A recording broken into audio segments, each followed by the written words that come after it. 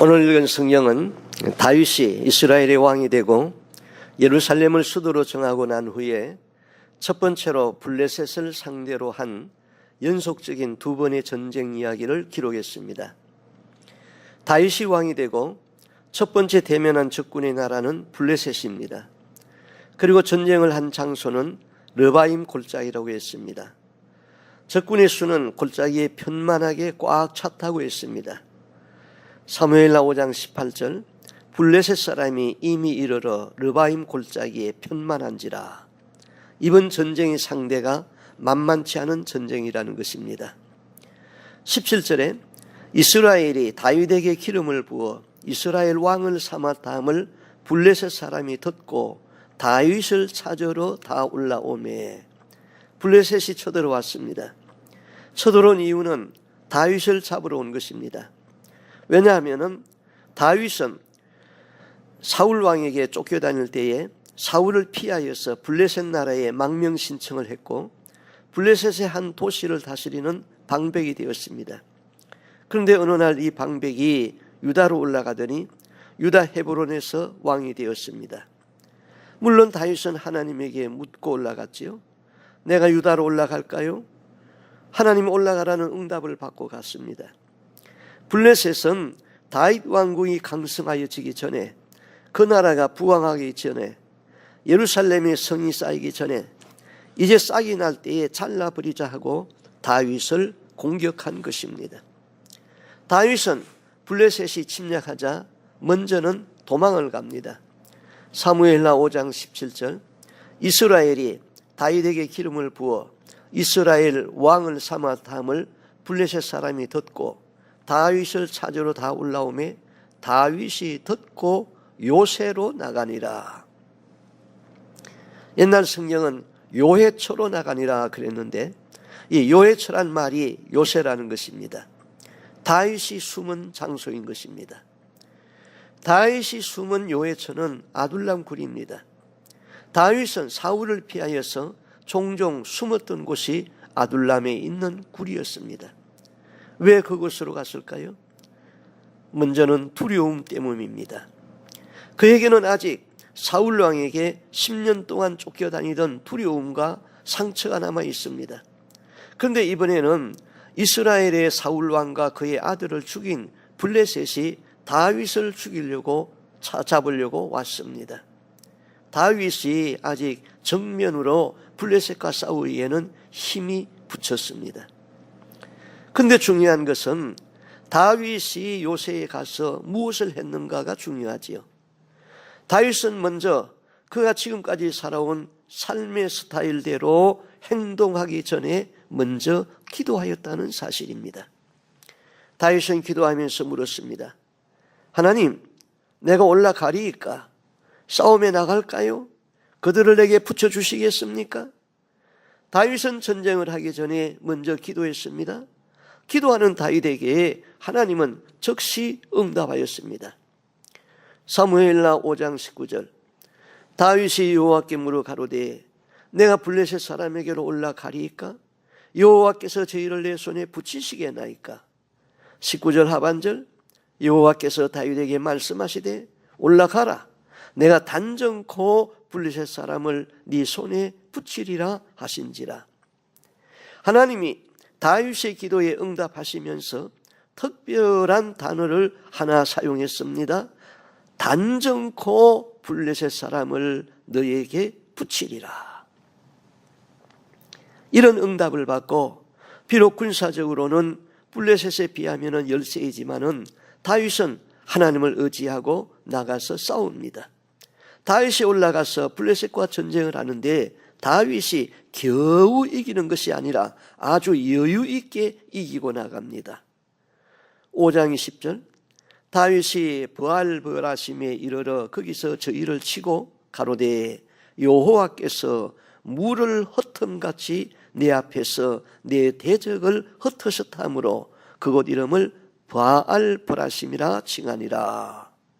자, 적군이 다윗의 군대 앞에서 쓰러지고 흩어지는데 물을 바가지로 퍼서 확 흩어버려서 적들이 흩어짐같이 그냥 흩어져 버립니다. 그래서 그곳 이름을 바알 브라심이라 칭하니라. 바알, 주라는 뜻입니다. 브라심, 이 터진다는 의미입니다. 홍수같이 터지고 밀어닥치는 하나님의 역사를 말하는 것이지요.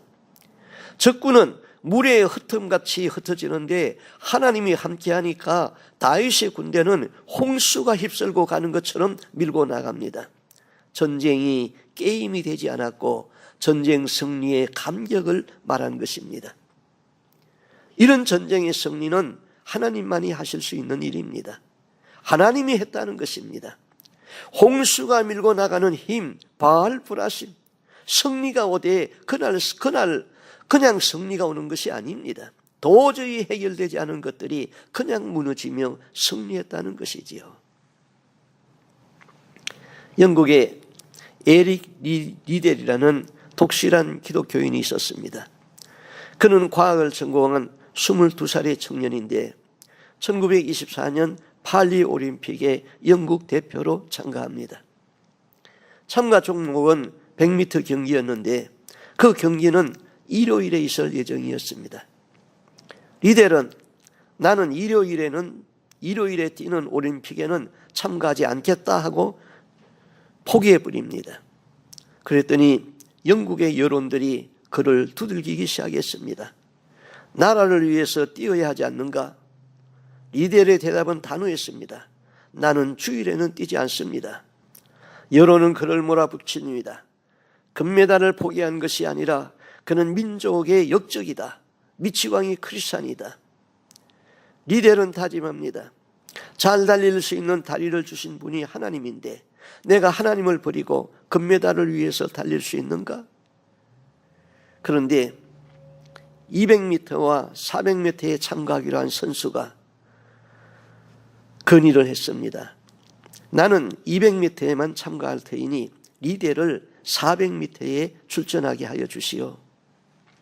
그래서 주력 종목은 아니지만은 리델이 400m에 뜁니다.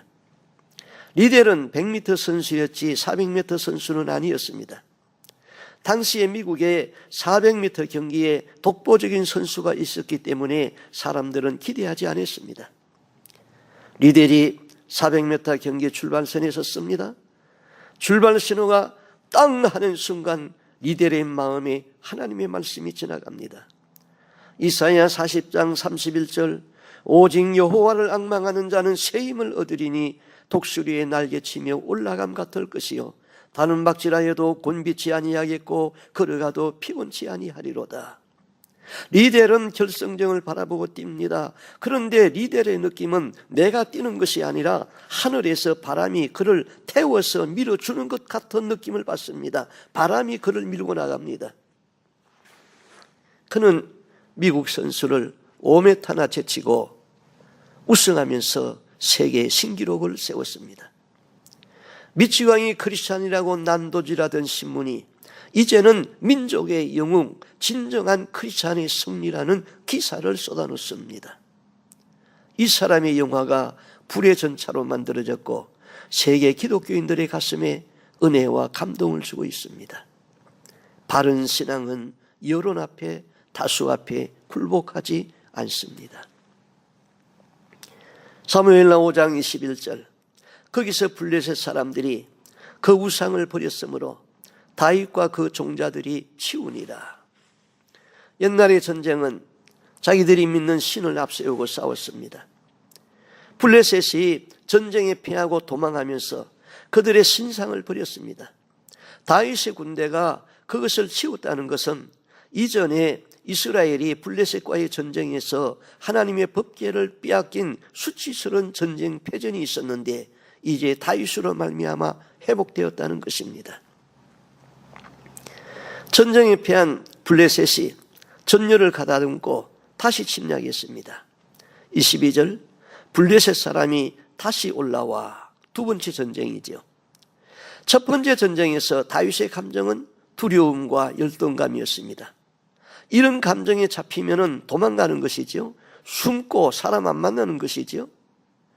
사람이 도망갈 때는 급합니다. 도망가는 사람이 천천히 도망가는 일 없습니다. 그런 순간에도 하나님께 기도할 수 있는 사람이어야 되는데 기도가 안 나오지요. 그런 때는 하나님이 말씀하셔도 자기 감정에 맞는 대답만 들으려고 합니다. 만약에 하나님이 그 감정과 다른 대답을 주시면 안 들으려고 하는 것이 사람들의 경향이지요. 예를 들면은 지금 내 마음에 미움이 가득합니다. 용서 못할 사람이 있습니다. 그런데 기도를 하니까 성령님이 용서하라 그럽니다. 그러면 못 들은 채 하지요. 또 두 번째 성령님이 말씀합니다. 용서하라 그러면은 하나님 정확하게 말씀해 주세요. 그렇게 말하지요. 그런데 하나님이 그런 일 없겠지만은 이렇게 응답한다면은 그 사람 평생 보지 말라. 그러면은 아멘 합니다. 이런 것은 사탄이 주는 것입니다. 속는 것이죠. 하나님의 음성을 들을 때에 감정에 잡히면은 안 됩니다. 감정을 뛰어넘어서야 합니다. 첫 번째 전쟁에서 다윗의 감정이 두려움이라면은 두 번째 전쟁 때 다윗의 감정은 어떻습니까? 자신감이 있습니다. 똑같은 나라가 똑같은 장소로 치고 왔습니다. 다윗은 이긴 경험이 있습니다.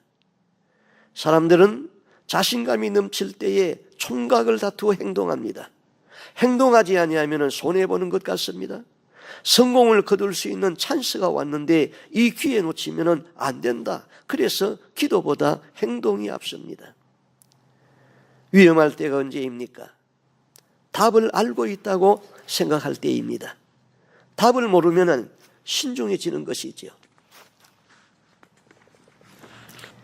관계가 망가지는 것은 익숙하다고 생각할 때에 함부로 대합니다. 마음 놓고 방심합니다. 내 경험으로 보면 다 알기 때문입니다. 그래서 무너집니다. 그때도 영적인 사람은 멈추어 서서 하나님 앞에 무릎을 꿇고 묻습니다. 이때에도 하나님의 음성을 들을 수 있느냐? 이것이 중요한 것이지요. 자기 이성과 감정, 경험을 뛰어넘어서 매번 하나님의 음성을 들을 수 있는 것은 쉬운 것이 아닙니다. 하나님의 음성을 듣는 사람은 삶의 방식이 항상 하나님과 친밀함이 있는 것입니다. 사고방식, 행동하는 방식이 늘 주님과 친밀함이 있는 사람입니다. 두 번째 전쟁에서 다윗이 묻습니다. 하나님 올라가리이까? 다윗의 마음은 자신감이 있습니다. 올라가서 치고 싶습니다. 그런데 하나님은 다윗을 억제시킵니다. 올라가지 말고 저희 뒤로 돌아가라. 거기 뽕나무 숲이 있다. 그 맞은편에서 숨어 있어라. 언제까지 숨어 있어야 되는 것이죠? 전쟁을 하는 리더는 장군에게는 궁금합니다. 그런데 하나님은 말씀합니다. 뽕나무 꼭대기에서 걸음 걷는 소리가 들리거든 곧 동작하라. 그때에 여호와가 네 앞서 나가서 블레셋 군대를 치리라. 자, 5장 23절 24절 다윗이 여호와께 묻자오되 가라사대 올라가지 말고 저희 뒤로 돌아서 뽕나무 숲을 맞은편에서 저희를 음습하되 뽕나무 꼭대기에서 걸음 걷는 소리가 들리거든 곧 동작하라. 그때에 여호와가 네 앞서 나아가서 블레셋 군대를 치리라 하신지라. 다윗은 하나님이 주신 말씀에 순종만 하면 됩니다. 하나님이 군대의 사령관이 되십니다. 예수님 당시에 역사 기록자 요세푸스의 기록에 보면은 이 전쟁은 이스라엘과 블레셋과의 전쟁 중에 이스라엘이 최대의 승리를 거둔 기록이라고 했습니다. 그 승리를 거두는데 어떤 영웅도 없습니다. 영웅은 하나님이십니다. 그분이 말씀했고 그분이 뽕나무 위로 걸었고 다윗은 뽕나무 위로 걸으시는 하나님의 발자국 소리를 들었고 그와 동시에 다윗의 신호를 따라 군사가 진격하니까 하나님이 홍수처럼 밀고 나갑니다. 누가 이런 하나님을 당해낼 수 있습니까? 모든 영광은 하나님으로부터 와서 하나님에게 돌아갑니다. 내가 주인공이 아닙니다. 하나님이 이기시게 한 것입니다. 저는 오늘 본문을 설교하면서 제목을 특이하게 잡았습니다. 뽕나무 위를 걸으시는 하나님. 하나님이 뽕나무 위만 걸으십니까? 물리에도 걸으시고 우주를 걸으시고 운행하고 계십니다. 지금 이 성전 안에서도 우리 옆에서 걷고 계십니다. 문제는 뽕나무 위를 걸으시는 하나님의 발자국 소리를 들을 수 있는 다윗의 영성입니다. 하나님의 세미한 음성을 들을 수 있는 하나님의 사람인가? 아니면은 하나님이 내 귀에다가 확성기를 틀어놔도 못 듣는 영적으로 우둔한 사람인가? 이것이 문제입니다. 예수님은 우리에게 계속 말씀합니다. 귀 있는 자는 들을지어다. 안약을 사서 눈에 발라 보게 하라. 마음의 할례를 받아라. 우리는 귀 있는데 듣지 못하고 눈 가졌는데 영안이 감겨서 볼 수 없고 마음은 철판같이 단단해진 것이 문제인 것입니다. 그렇다면 어떻게 하나님의 음성을 들을 수 있는가?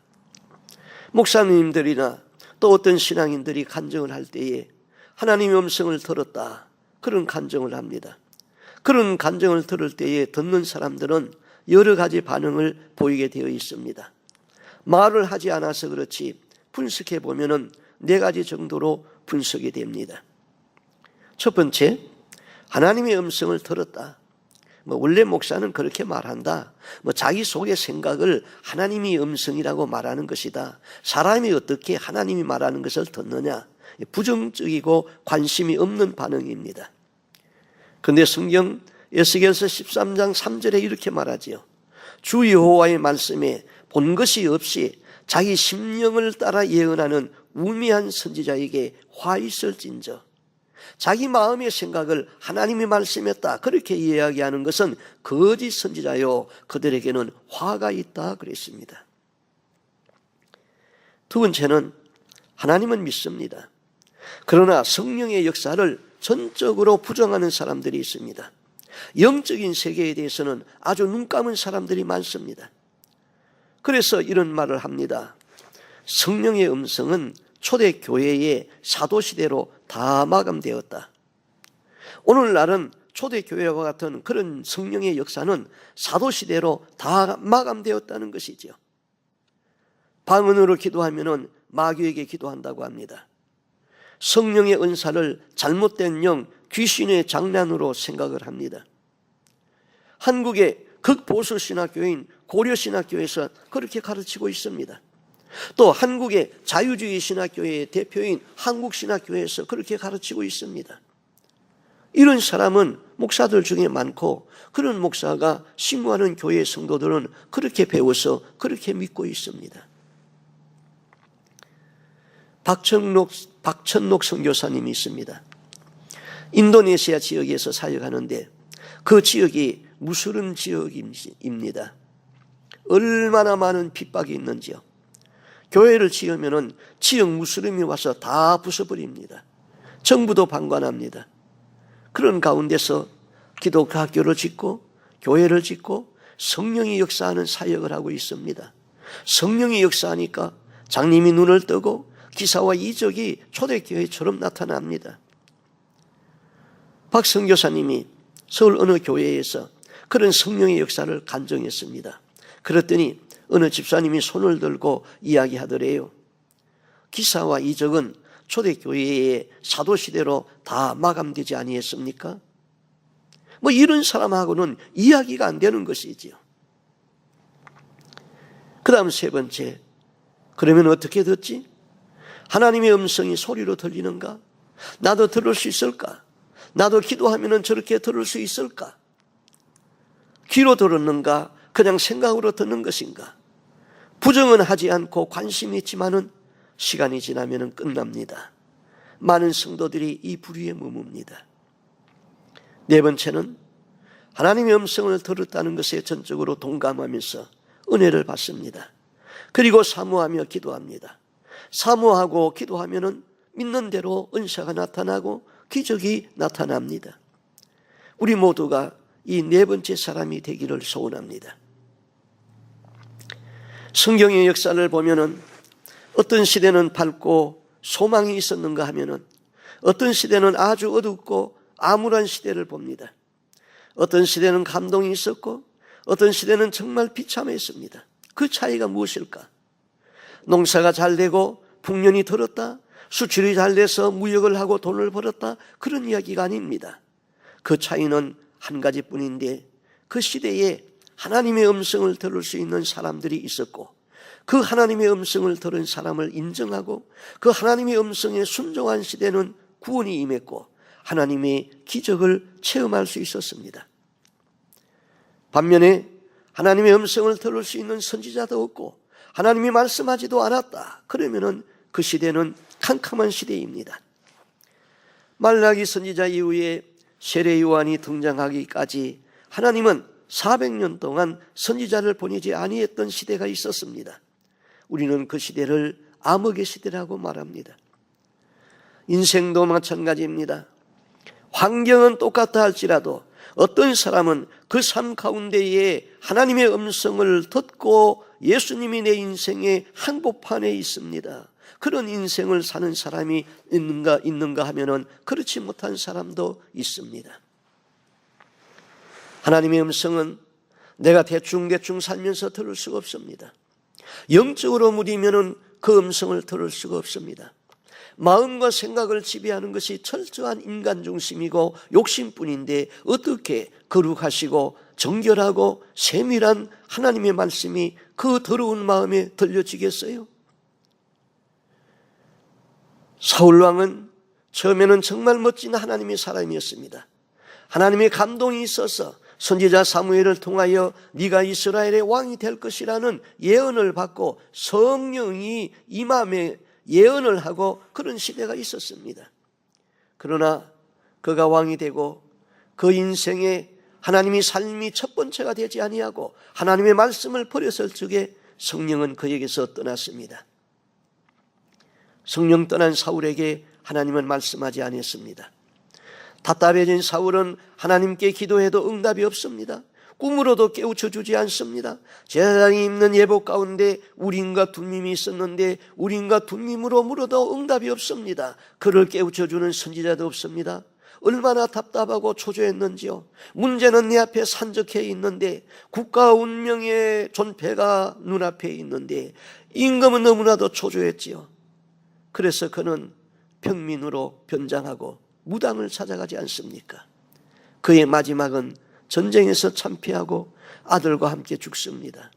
적군에 의하여서 그 시체가 성벽에 매달리는 비참함으로 끝나고 말았습니다. 개인의 인생도 그렇습니다. 일생을 살면서 하나님의 음성을 한 번도 듣지 못하였다. 기도는 하는데 기도 응답을 받은 일이 없었다. 그렇다면 내가 신앙생활을 제대로 하고 있는 것인가 생각해 보아야 됩니다. 솔로몬은 다윗의 10번째 아들인데 위로 있는 형들 9을 제치고 다윗이 솔로몬을 그의 후계자 왕으로 지명합니다. 그 이유가 무엇일까요? 첫 번째 아들 압살롬은 아버지 다윗을 죽이고 왕이 되겠다고 역적을 모의했다가 요압 장군에 의하여서 죽습니다.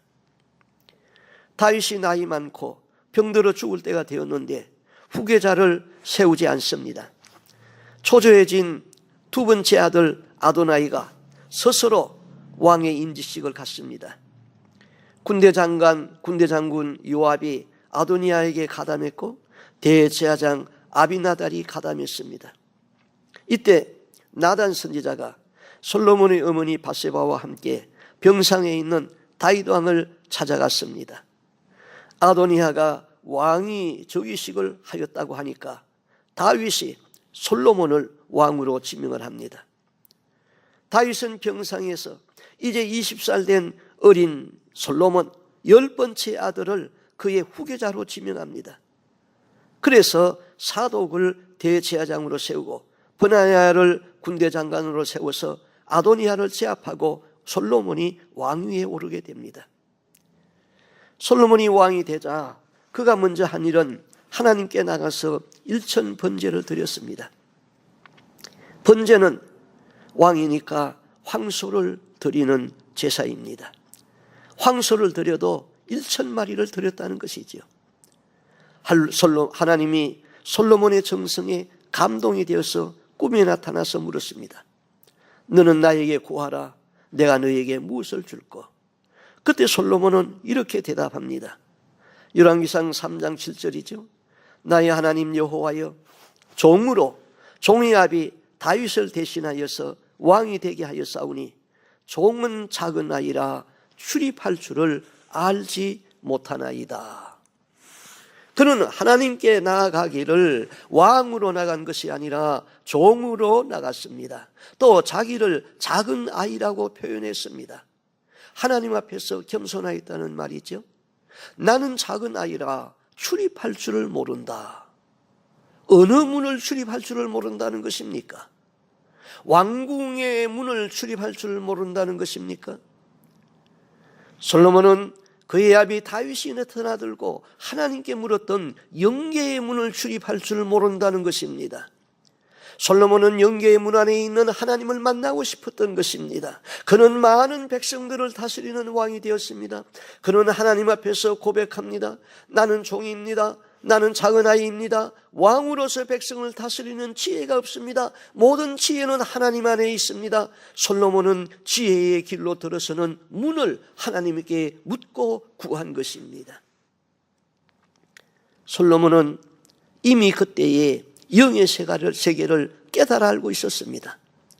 그 영의 세계에 있는 하나님 안에는 무궁무진한 지혜와 능력이 있다는 것을 깨달아 알았습니다. 그래서 지혜의 문을 출입하는 방법을 하나님께 간구한 것입니다. 솔로몬은 기도할 때에 자기 아비 다윗을 언급했습니다. 자기 아버지 다윗은 늘 하나님과 친밀함이 있어서 영계의 문을 출입하여 하나님을 만났습니다. 하나님의 음성을 들었습니다. 다윗은 솔로몬이 어려서부터 그 영계의 문을 출입하는 것을 다윗이 듣고 알았던 것입니다. 다윗에게 10아들이 있었지만은 영적인 세계를 아는 아들은 없었습니다. 그런데 다윗은 자기가 만났던 하나님을 솔로몬이 나이 어리지만은 체험하고 있다는 사실을 알았습니다. 그래서 다윗은 솔로몬이 어리지만은 후계자로 지명했던 것입니다. 솔로몬은 스스로 깨달았습니다.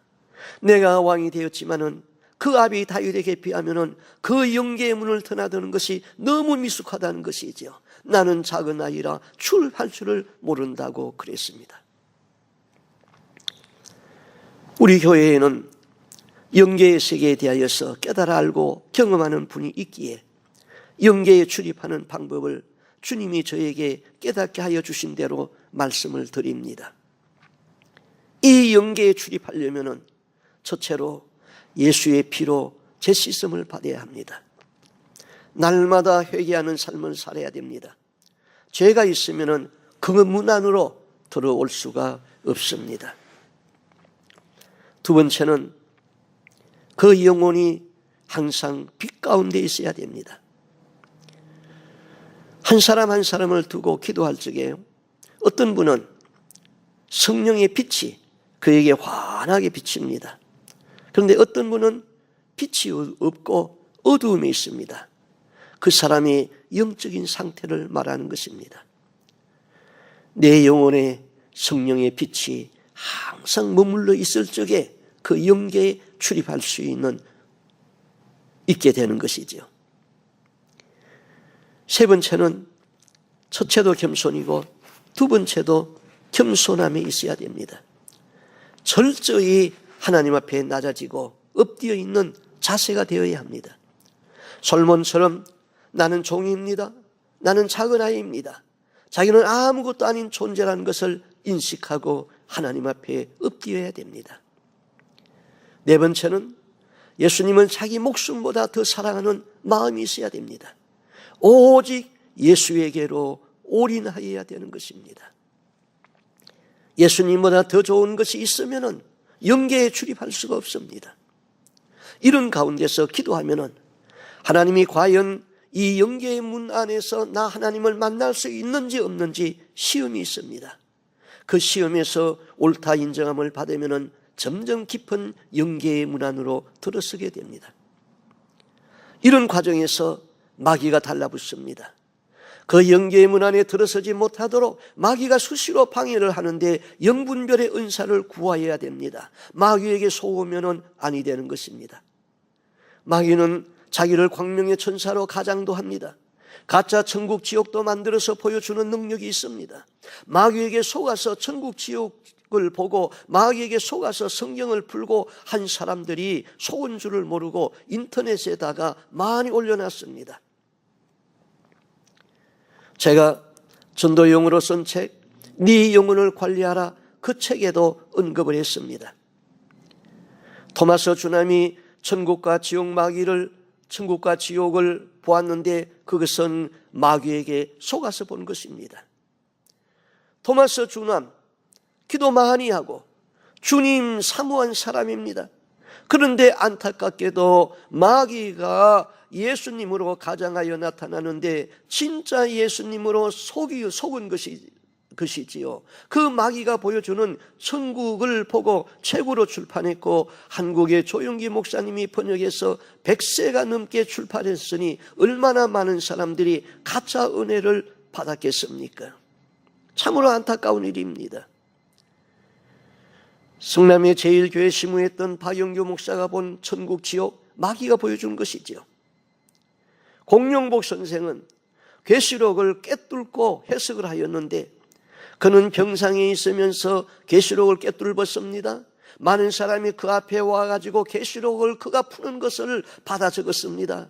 다 귀신에게 속아서 말세를 풀었던 것이지요. 박소림이 본 천국 지옥, 마귀에게 속은 것입니다. 살아있는 사람 중에서는 신성정 목사가 보고 내가 본 천국과 지옥이라는 책을 썼는데 워낙 거물이기 때문에 많이 팔렸습니다. 인터넷에서는 20만 명 이상이 접속했습니다. 마귀에게 다 속은 것이에요. 신사도 운동, 빈야도 다 귀신이 판치는 곳이지요. 이빨이 금리빨로 변했다, 기도하면서 짐승이 우는 으르렁거리는 소리를 낸다, 입신에서 들어가서 웃는다, 그거 다 마귀에게 속은 것이지요. 베리칩을 믿고 있는 사람들, 이 사람들은 귀신에게 속아서 예수님을 붙잡지 아니하고 다른 것을 잡은 사람들입니다. 이런 사람들은 바로 배우고 회개해야 됩니다. 회개가 이루어지지 아니하면 마귀에게 속은 믿음 가지고 천국 갈 수 없기 때문이지요. 가짜를 붙잡든지 가짜의 은혜를 받으면, 마귀에게 속은 은혜를 받으면 내게는 이미 이단의 영이 침입한 것입니다. 그러면 이런 다 영적인 것은 잘못된 것입니까? 아닙니다. 진짜가 있습니다. 진짜는 너무나 소중하기 때문에 마귀가 가짜를 만들어서 진짜를 만나지 못하게 하는 것이지요. 기도하면서 영분별의 은사를 구하고 마귀가 속이고 방해하면 마귀를 대적하고 예수의 이름으로 마귀를 쫓아내야 하는 것입니다. 우리가 하나님의 음성을 바로 들을 수만 있다면 개인의 어떤 문제이든 가정의 문제이든 교회의 문제이든 국가의 문제이든 문제에는 해결이 있습니다. 하나님의 영광이 있습니다. 하나님의 음성을 듣는 사람들은 때때로 잿더미에 앉아 있을 수 있지만은 죄를 뒤집어 쓴 채로 남지는 않습니다. 반드시 슬픔 가운데 화관을 쓴 찬양이 나타납니다. 저녁에는 울음이 기숙하였지라도 아침에는 찬양하기 시작합니다. 눈물 골짜기를 지날 수 있습니다. 그러나 마지막은 시온의 대로가 열립니다. 여러분이 이런 삶을 살기를 원합니까? 원수의 공격 앞에서 무너져 내리는 것 같은 절망의 상황에서 하나님의 음성을 듣고 원수를 이기고 승리하는 삶을 원합니까? 하나님이 사무엘에게 말씀했고 다윗에게 말씀했습니다. 어떻게 말씀했을까? 하나님께서 우리에게 말씀하시는 방법은 다양합니다. 기도 응답의 방법은 다양합니다. 첫째로 기도의 응답의 방법은요, 기도를 하면은 평강을 동반한 확신이 있습니다. 내가 기도를 합니다. 문제를 놓고 날마다 기도합니다. 그런데 어느 날 확신이 오면서 내 마음에 평강이 옵니다. 그것은 응답이고 하나님의 임재입니다. 확신은 왔는데 불안하다, 곧 의심이 생겼다, 이것은 아닙니다. 마귀는 불안하게 하는 영인 것입니다. 대개 사람들은 이 수준에서 기도의 응답을 받지요. 두 번째, 하나님은 꿈으로도 말씀합니다. 사람은 누구나 꿈을 꿉니다. 그런데 그 꿈은 그야말로 개꿈도 있습니다. 그러나 훈몽, 계시적인 꿈도 있습니다. 이 꿈이 의미 있는 꿈인지 개꿈인지 알 수 있습니다. 하나님은 그 정도의 지혜를 주셨습니다. 하나님은 요셉에게 꿈을 주어서 장차 애굽의 총리가 될 것을 예표했습니다. 애굽 바로 왕에게 꿈을 주었으나 바로가 그 꿈을 해석 못하고 있을 때에 영적인 사람 요셉으로 꿈을 해몽하게 해서 7년 흉년을 대비하게 했습니다. 바벨론의 느부갓네살에게 꿈을 주어서 다니엘이 그 꿈을 해석했습니다. 세계의 역사를 보여준 것입니다. 세 번째는 비전, 그림을 보여줄 수도 있습니다. 환상이라고도 합니다. 이것은 꿈보다 더 확실합니다. 그 사람의 영적인 상태를 환상으로 보여주는 것입니다. 바울이 아시아에 복음 전하려고 그쪽 방향으로 가는데 환상 중에 마게도니아 사람이 나타나서 손짓하면서 이리로 와서 우리를 도우라고 했습니다. 바울은 이런 환상을 보고 전도의 방향을 마게도니아 유럽 지역으로 돌립니다. 환상이지요. 네 번째는 성경 말씀을 주실 때도 있습니다. 성경 몇 장 몇 절 분명히 들립니다. 그 성경을 찾아보면 응답의 말씀이 있습니다. 다섯 번째는 찬송으로도 응답하십니다. 저희 며느리가 두 번째 아이를 임신했습니다. 그런데 몸에서 임신 4개월이 되었는데 계속 피가 흐릅니다. 그러면 아기가 유산될 수 있는 확률이 많아지지요. 미국에서 우리 가족이 다 만나기로 되어 있었는데 의사가 비행기도 타지 말라, 움직이지 말라 해서 만나는 계획이 취소됐습니다. 그게 문제가 아니라 아이가 유산이 되면 마음의 상처가 큰 법이지요. 그래서 온 가족이 기도에 들어갔습니다. 저희 아내는 금식 기도에 들어갔습니다. 금식 기도 이틀째에 하나님이 찬송으로 응답했습니다. 저희 집사람은 찬송가 600곡 이상을 가사는 다 몰라도 곡은 다 알고 있습니다. 저희 집사람에게는 응답하는 방법이 꿈으로도 말씀으로도 환상으로도 영음으로도 방언 통역으로도 성령님이 다양하게 응답하니까 다양하게 다 응답을 받더라고요. 그런데 이번에는 찬송으로 응답이 왔습니다.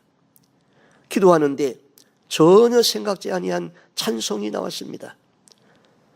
임신 중인 엄마와 태아를 위하여서 기도하는데 찬송가가 내 평생 소원 이것뿐 주의 일 하다가 하면서 찬송이 나옵니다. 걱정하지 말라는 것이지요. 이 아이가 태어나서 주의 일을 하는 종이 되겠다는 것이지요. 몸에 피가 나오는 것도 멎었습니다. 그래서 아들 부부가 미국에 와서 저희들을 만났습니다. 그 다음 다섯 번째, 영음이 있습니다. 분명한 소리로 듣습니다. 다윗은 뽕나무 위로 걸으시는 하나님의 발자국 소리를 들었습니다. 마음으로 느낀 것이 아닙니다. 엘리야는 깊은 동굴에서 하나님이 말씀하는 세밀한 음성을 들었습니다. 바울은 항해하면서 폭풍을 만나 다 죽게 된 지경에 그의 곁에 서서 말씀하시는 주님을 보았고 주님의 음성을 들었습니다. 하나님은 우리에게 말씀하는 방법은 다양합니다. 그러나 우리가 조심할 것은 사단도 하나님이 하시는 일을 흉내내서 우리를 속인다는 것이지요. 사단도 환청이라는 것을 통하여 우리를 속일 때가 있습니다. 환청, 사단이 주는 것은 머릿속에다 자꾸 말을 줍니다. 집에 도청장치를 해서 내 소리를 듣고 있다. 침대 밑에 내 소리를 듣는 도청장치가 되어 있다. 그리고 머릿속에서 내 생각이 아는 말을 줍니다. 그 말이 하나님의 말씀으로 들립니다. 마음이 깨끗하지 못한 상태에서 영계를 드나들면 그 다음은 마귀에게 속게 되어 있는 것입니다. 다윗은 하나님께 물었고 하나님의 음성을 들은 것입니다. 다윗은 하나님께 기도하였다. 하나님의 응답을 받았다. 그 응답에 순종하였다. 이것이 다윗이 살아가는 삶의 방법이고 삶의 스타일이었습니다. 이것이 그가 신앙적으로 훌륭한 삶을 사는 것입니다. 그런 삶은 세상에서도 성공입니다. 하나님의 응답은 내게 생명줄과 같습니다. 내가 그렇게 절망 가운데 있었는데 하나님의 말씀 한마디에 응어리가 다 풀어지고 기쁨이 용솟습니다. 그 한마디 음성이 내 영을 살립니다. 너는 내게 부르짖어라. 내가 크고 비밀한 일을 보이리라. 장래에 되어질 일들도 알려주십니다. 나는 여러분이 경제적으로 잘 되고 건강하고 사업이 잘 되기를 바랍니다. 그런 소망을 가지고 기도하지만은 또 다른 소원은 여러분이 다 하나님의 음성 듣기를 원합니다. 하나님은 신실한 사람에게 친구가 됩니다. 하나님의 친구는 뛰어난 사람이 아니고 총명한 사람이 아니고 반짝거리는 사람이 아니고 신실한 사람이 친구가 됩니다. 하나님은 아무도 없는 시골 교회 강단에서 새벽마다 밤마다 부르짖고 기도하는 종들을 친구라고 부를 수 있습니다. 하나님은 그 사람에게 민족의 비전을 이야기할 수 있습니다. 그러나 하루 종일 스케줄이 꽉 차서 사람 만나기에 바쁘고 이벤트를 만들어 일하기에 분주하고 기도가 없는 사람은 하나님의 친구가 될 수 없습니다. 하나님은 살아계십니다. 그리고 기도하는 사람을 사랑합니다. 그를 신뢰하는 사람을 더욱 기뻐합니다. 그래서 초자연적인 기적을 보여주실 때도 있습니다. 우리가 예수 믿는 것은 액세서리가 아닙니다. 예수는 있어도 좋고 없어도 좋고가 아닙니다. 예수는 내 인생의 전부입니다. 예배는 드려도 되고 드리지 않아도 되고가 아닙니다. 예배는 생명을 거는 것입니다. 기도는 하여도 되고 하지 않아도 되고가 아닙니다. 온 마음 다하여서 하나님을 사랑하고 기도하면 하나님을 섬기는 것입니다. 날마다 하나님과 동행하고 하나님 만날 수 있는 삶이 우리의 삶의 한복판에 있기를 주님의 이름으로 부탁드립니다. 아멘. 기도하겠습니다. 하나님 아버지, 하나님 앞에 날마다 기도하면서 주님과 저희들 사이에 친밀함이 있기를 원합니다. 하나님은 아브라함을 만나주시고 나의 벗 아브라함이라고 말씀하시면서 소돔 고모라의 멸망을 예고하고 알려주어서 그 땅에 살고 있는 자기 조카 롯을 중보기도로 구원해낸 것을 저희들이 기억합니다. 모세는 하나님과 대면하면서 친구처럼 얘기하였다고 하였습니다. 바울은 환상을 보고 성령이 말씀하는 영음을 들었습니다. 다윗은 뽕나무 위로 걸으시는 하나님의 발자국 소리를 들을 수 있는 영성이 있었습니다. 하나님, 우리로 하여금 하나님과 친밀함이 있게 하여 주시옵소서. 지금의 역사는 너무나도 어둡습니다. 소돔 고모라 같은 세상이 우리 앞에 있는 것입니다. 주여, 이런 때에 우리가 항상 기도하여서 빛 가운데 들어갈 수 있기를 간절히 소원하고 기도합니다. 하나님이 보여주시는 비전을 볼 수 있는 사람이 되게 하여 주시옵소서.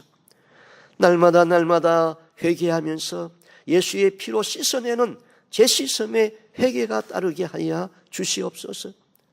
주여, 우리의 영이 항상 빛 가운데 거할 수 있고 어둠의 세력이 빛 가운데 들어오면 다 녹아지게 하여 주시옵소서.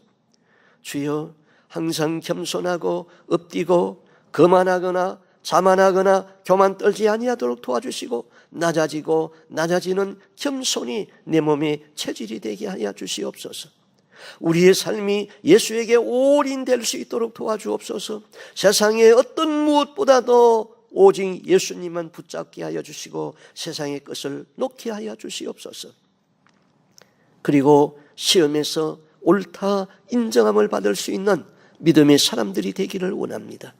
우리가 깊이 기도에 들어갈 적에 악한 마귀는 우리를 속이려고 우리를 공격하고 옵니다. 그때의 영분별의 은사로 사악한 마귀의 일과 거룩한 성령의 일을 구분할 수 있는 영분별의 은사를 주시고 마귀를 대적하여서 내쫓을 수 있는 영적 권세가 우리에게 있게 하여 주시옵소서. 예수 그리스도와 친밀함이 있는 하나님의 친백성이 되기를 간절히 소원하옵고 이 모든 말씀을 주 예수 그리스도의 이름으로 기도하옵나이다. 아멘.